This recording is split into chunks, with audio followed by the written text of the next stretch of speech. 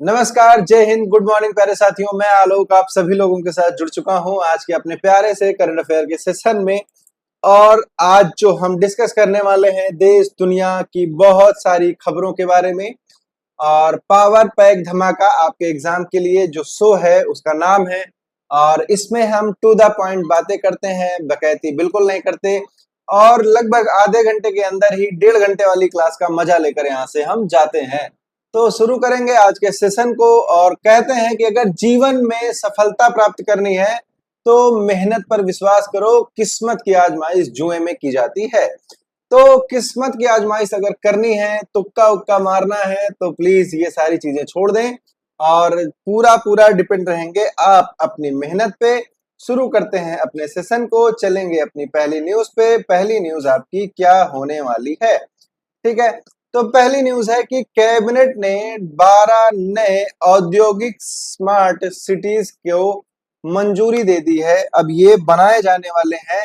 Important ये है कि कौन सा कहां पर बनाया जाएगा, और जो इंपॉर्टेंट है उसी उतने पर यहां पर चर्चा होगी, उसके आगे कुछ भी नहीं बात की जाएगी। मंजूरी किसने दी है? तो केंद्रीय कैबिनेट ने मंजूरी दी है।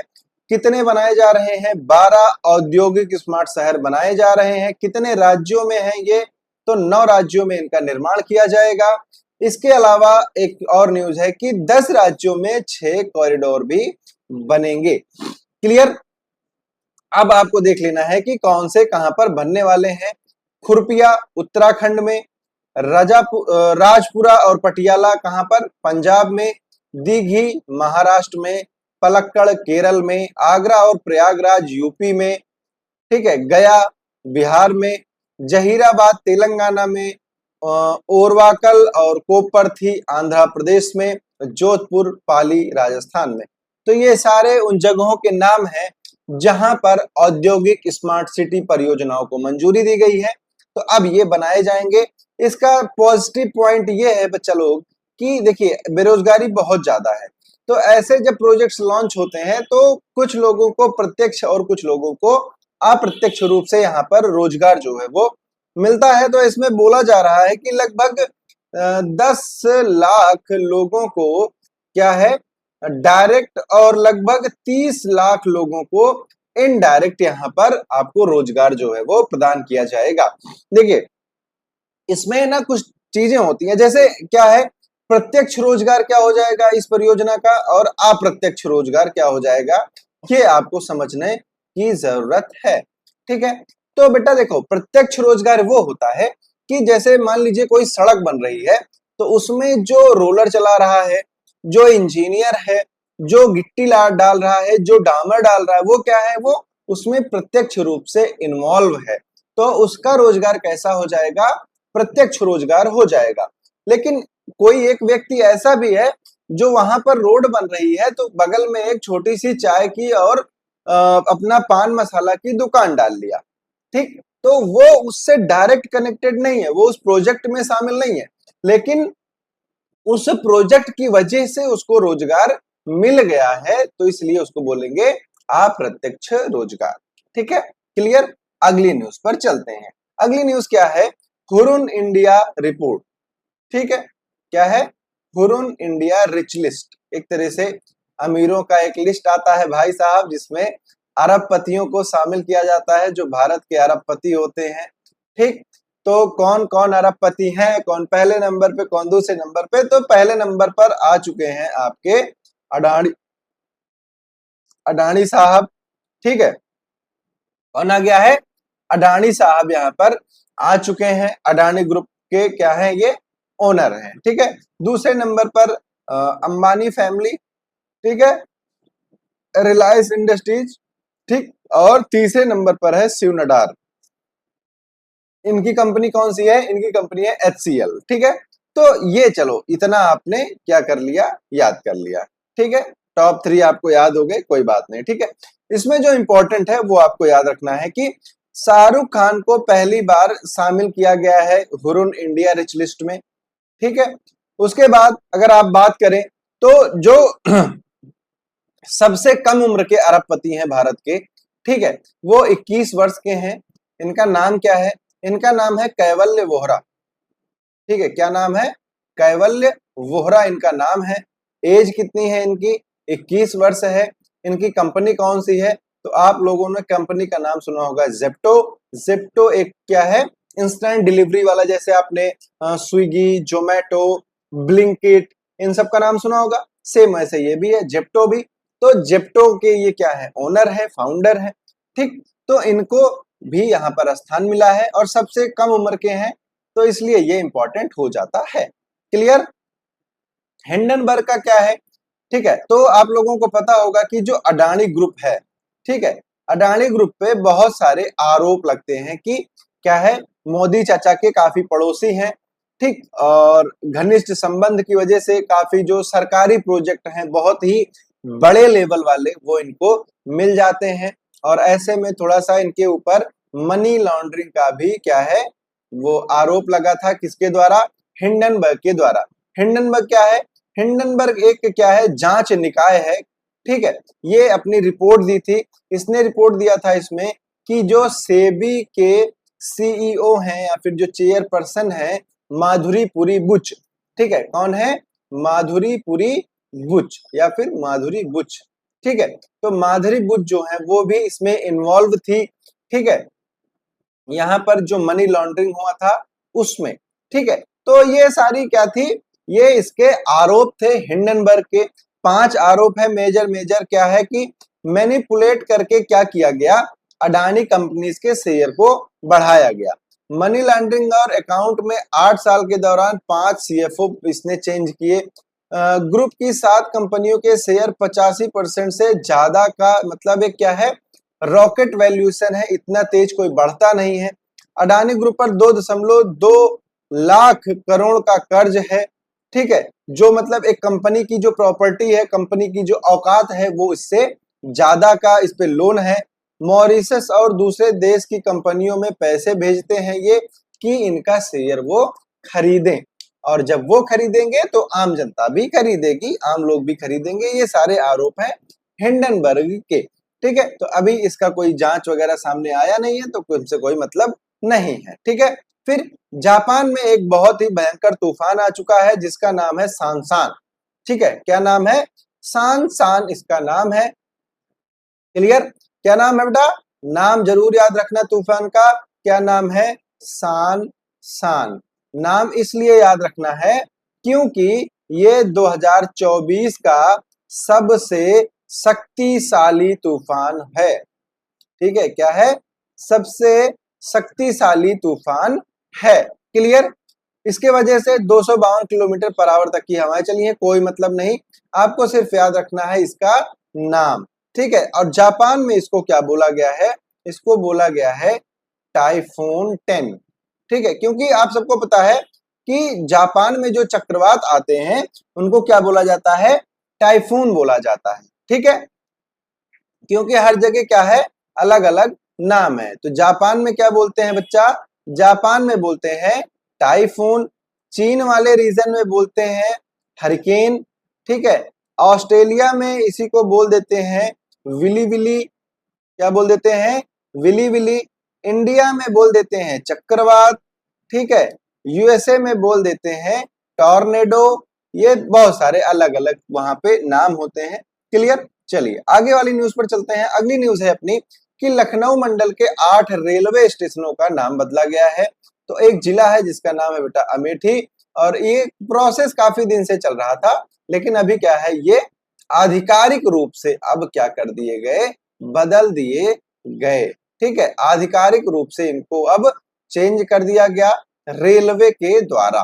ठीक है, तो इंडिया यूपी में बाबा जी हैं और बाबा जी नाम बदलने में काफी फेमस हैं। ठीक है, तो इनको हम बस याद कर लेंगे कि कासिमपुर हाल्ट का नाम क्या हो गया? जायस सिटी। क्यों? क्योंकि कासिमपुर जो है ये बिल्कुल जायस के पास ही है। ठीक है, ये मतलब क्या है कि जैसे जायस और जायस के बाद आ जाता है कासिमपुर। ठीक है, तो इसका नाम कर दिया गया जायस सिटी। और जो प्रॉपर जायस नाम से स्टेशन था उसका नाम हो गया गुरु गोरखनाथ धाम। ठीक है, क्या हो गया? गुरु गोरखनाथ धाम। फिर तीसरा है मिसरौली का नाम हो गया मां कालिकन धाम। फिर बनी जो था, बनी का नाम हो गया स्वामी परमहंस। फिर निहालगढ़ का नाम किया गया महाराजा बिजली पासी। और अकबरगंज का नाम किया गया माँ अहोरवा भवानी धाम। उसके बाद वजीरगंज का नाम किया गया अमर शहीद भाले सुल्तान और फुर्सतगंज का नाम रखा गया तपेश्वर नाथ धाम। क्लियर। इसके पहले कुछ और नाम बदले गए थे। प्रतापगढ़ का नाम बदला गया था, प्रतापगढ़ यहाँ पर इंपॉर्टेंट है। प्रतापगढ़ का नाम किया गया था माँ बेल्हा देवी, क्योंकि यहाँ पर ये मंदिर स्थित है। ठीक है, माँ बेल्हा देवी जंक्शन। इसी के बगल में आ जाता है एक स्टेशन बेटा अंतु। अंतु का नाम बदलकर किया गया था माँ चंदिकन या फिर चंदिकन धाम। ठीक है, तो ये सारे नाम जो है वो बदले गए थे। क्लियर सभी लोगों को? तो ये नाम बस आपको याद रखना है। क्लियर है? चलिए, उसके बाद जोसेफ परेरा, ये एक व्यक्ति हैं, क्रिश्चियन थे, मतलब अभी भी हैं, जिंदा है। ठीक है, इनको भारतीय नागरिकता, जो आप लोगों ने पढ़ा होगा CAA 2019, ठीक है, नागरिकता संशोधन अधिनियम 2019, इसके द्वारा क्या किया गया था, ध्यान से सुनिएगा, इंपॉर्टेंट है। इसके द्वारा भारत ने प्रावधान किया था कि जो इसके पड़ोसी देश हैं, उन पड़ोसी देशों में जो अल्पसंख्यक हैं, ठीक है, कौन है, जो अल्पसंख्यक हैं, उनको हम क्या कर देंगे, भारत की नागरिकता देंगे। जो अल्पसंख्यक वहां से भारत आए हैं 2014 के पहले। ठीक है, मतलब जो 2014 के पहले आ चुके हैं, उनको हम यहाँ पर नागरिकता देने वाले हैं। ठीक, इसमें शामिल कौन कौन से देश को किया गया था, तो पाकिस्तान, बांग्लादेश और अफगानिस्तान। ठीक है, इन 3 देशों को सम्मिलित किया गया था। ठीक है, जोसेफ परेरा एक व्यक्ति हैं जो पाकिस्तानी ईसाई हैं। इनको CAA 2019 के तहत नागरिकता दी गई भारत की, और ऐसा नागरिकता पाने वाले ये गोवा के पहले व्यक्ति जो है वो बन चुके हैं। क्लियर? ठीक है, ये आपको पता हो गया। अब इसमें और कुछ नहीं पढ़ना है। गोवा के मुख्यमंत्री कौन है, प्रमोद सावंत हैं। ठीक है, नागरिकता संशोधन कानून CAA के बारे में थोड़ी सी जानकारी यहां पर लेते जाओ कि 1955 इसका मूल रूप है। ठीक है, क्या है, भारतीय नागरिकता अधिनियम 1955 मूल रूप है। उसके बाद से इसमें लगभग, ये 6 नहीं है, लगभग 9 बार इसमें संशोधन हो चुका है। ठीक है, बड़े बड़े संशोधनों को यहाँ पर क्या कर दिया है, नोटिफाई किया गया है। ठीक है, ये सब आपको नहीं याद रखना कि कब आया था, कब राष्ट्रपति। ठीक है, इसमें क्या है, पहले भारतीय नागरिकता के लिए 11 महीने यहाँ पर 11 साल रहना जरूरी था, और 11 साल में जो लास्ट वाला साल होगा, आखिरी जो साल होगा, वो आपको लगातार रहना है। ठीक है, उसमें कहीं बाहर नहीं जाना है।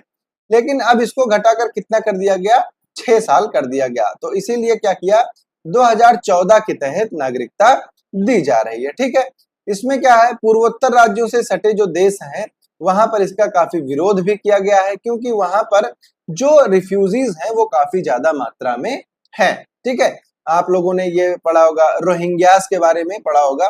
तो रोहिंग्या जो है वो म्यांमार से आए हैं, तो वो उधर नॉर्थ ईस्ट साइड में काफी ज्यादा है, तो इसलिए वहां पर थोड़ा बवाल जो है वो मचा। ठीक है, चलिए, तो जोसेफ परेरा आपको वर्ड याद रखना है, और CAA के बारे में जो मैंने आपको बताया कि अल्पसंख्यक को यहाँ पर शामिल किया गया है। इसमें कौन कौन से हैं, मुस्लिम है, बौद्ध है, जैन है। ठीक है, ये लोग हैं, इनको शामिल किया गया है। देश कौन कौन सा शामिल है इसमें, तो पाकिस्तान, बांग्लादेश और अफगानिस्तान शामिल है। ठीक बेटा, चलिए आगे चलते हैं अपनी अगली न्यूज पर। अगली न्यूज क्या है, ये आप एक बार देख सकते हैं, बाकी ऐसा कोई इसका मतलब नहीं है। ठीक, चलिए, फिर उसके बाद क्या है, राष्ट्रीय खेल दिवस मनाया कब गया, 29 अगस्त को सेलिब्रेट किया गया। ठीक है, हर साल मनाया जाता है।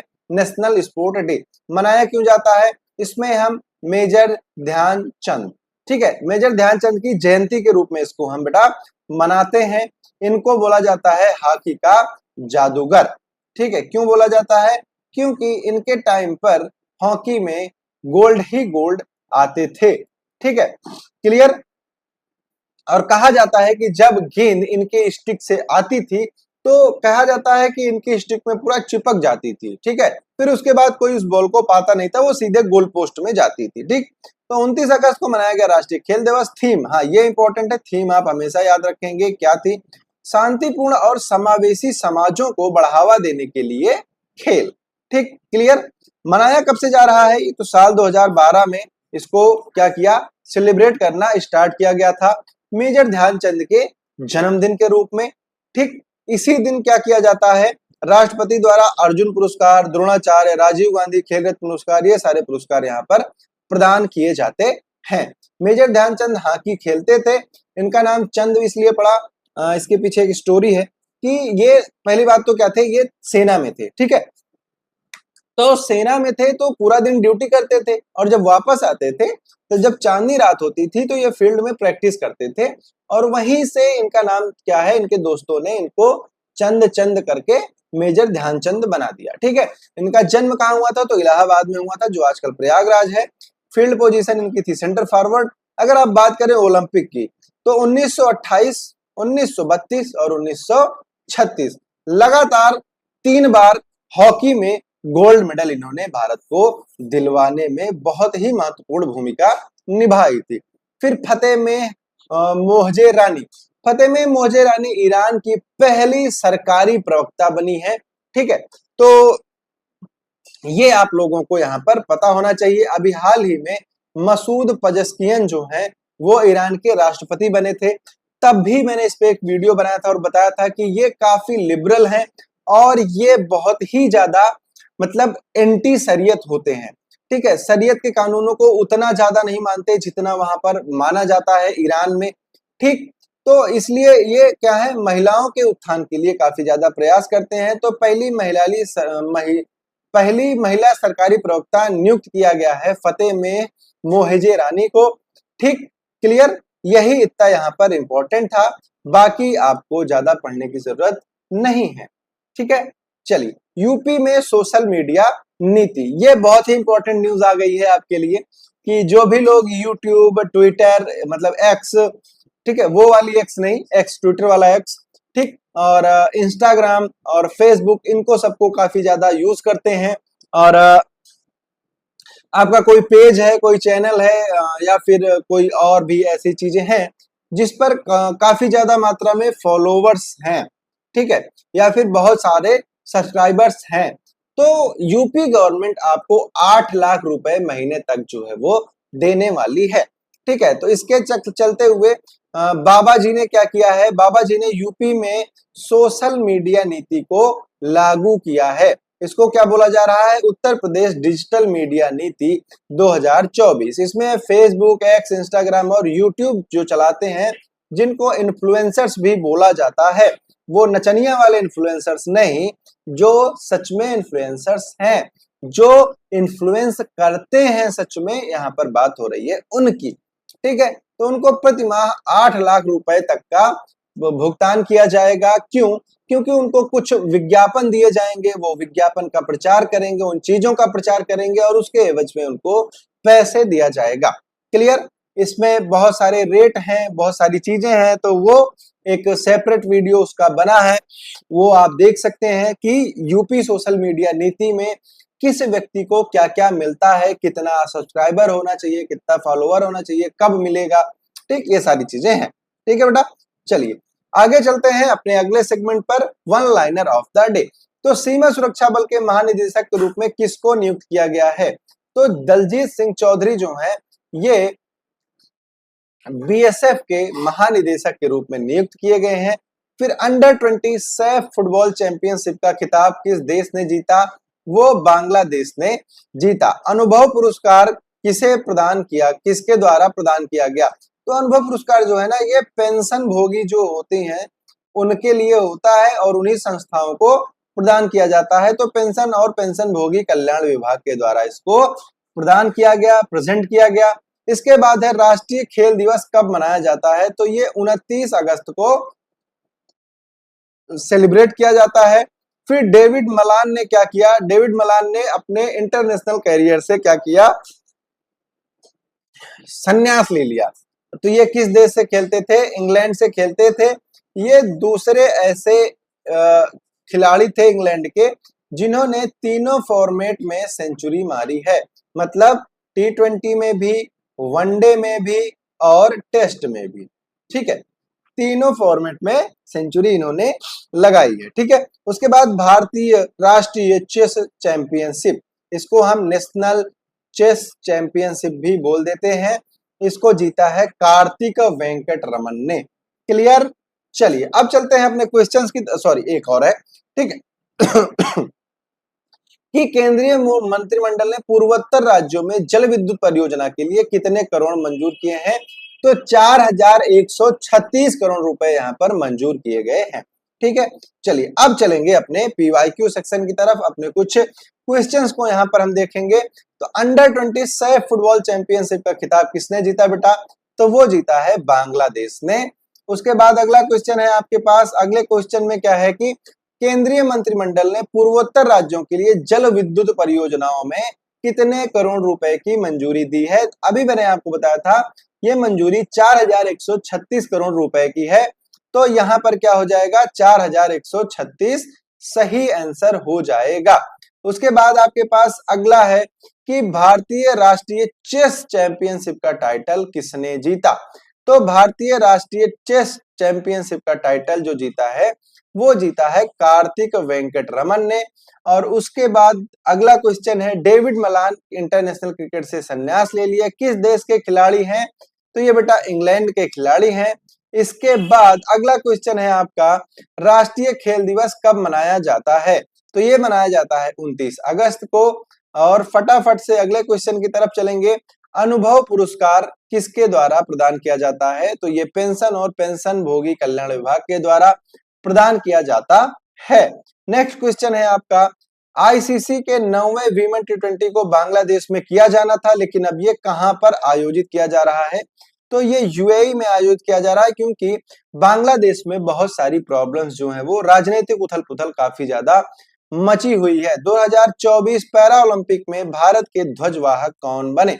तो सुमित अंतल और भाग्यश्री जाधव, ये दोनों थे मेल और फीमेल कैटेगरी के flag bearer 2024 Paris para Olympic के। नेपाल भारत को कितने मेगावाट बिजली जो है वो दे रहा है? तो बेटा वो 1000 मेगावाट बिजली जो नेपाल के द्वारा भारत को ट्रांसफर की जा रही है। अगला और लास्ट क्वेश्चन आपका है कि 2024 पेरिस पैरा ओलंपिक में सेफ डी मिशन किसको नियुक्त किया गया है? ये आप आंसर देकर कमेंट में बताएंगे। और यहाँ पर समाप्त हो जाता है अपना सेशन। अगर आपका कोई क्वेश्चन है तो वो आप कमेंट बॉक्स में ड्रॉप कर सकते हैं। यहाँ तक वीडियो में बने रहने के लिए बहुत बहुत धन्यवाद। लाइट लास्ट में चली गई थी तो चेहरा मेरा काला दिख गया होगा, उसके लिए कोई दिक्कत नहीं है, कंटेंट आपको साफ दिखा है। और डिस्क्रिप्शन में आपकी टेलीग्राम और व्हाट्सएप की लिंक है, उसको आप ज्वाइन कर लेंगे। तो मिलते हैं अगले सेशन में, तब तक के लिए आप सभी लोगों को प्यार भरा नमस्कार। जय हिंद, जय भारत।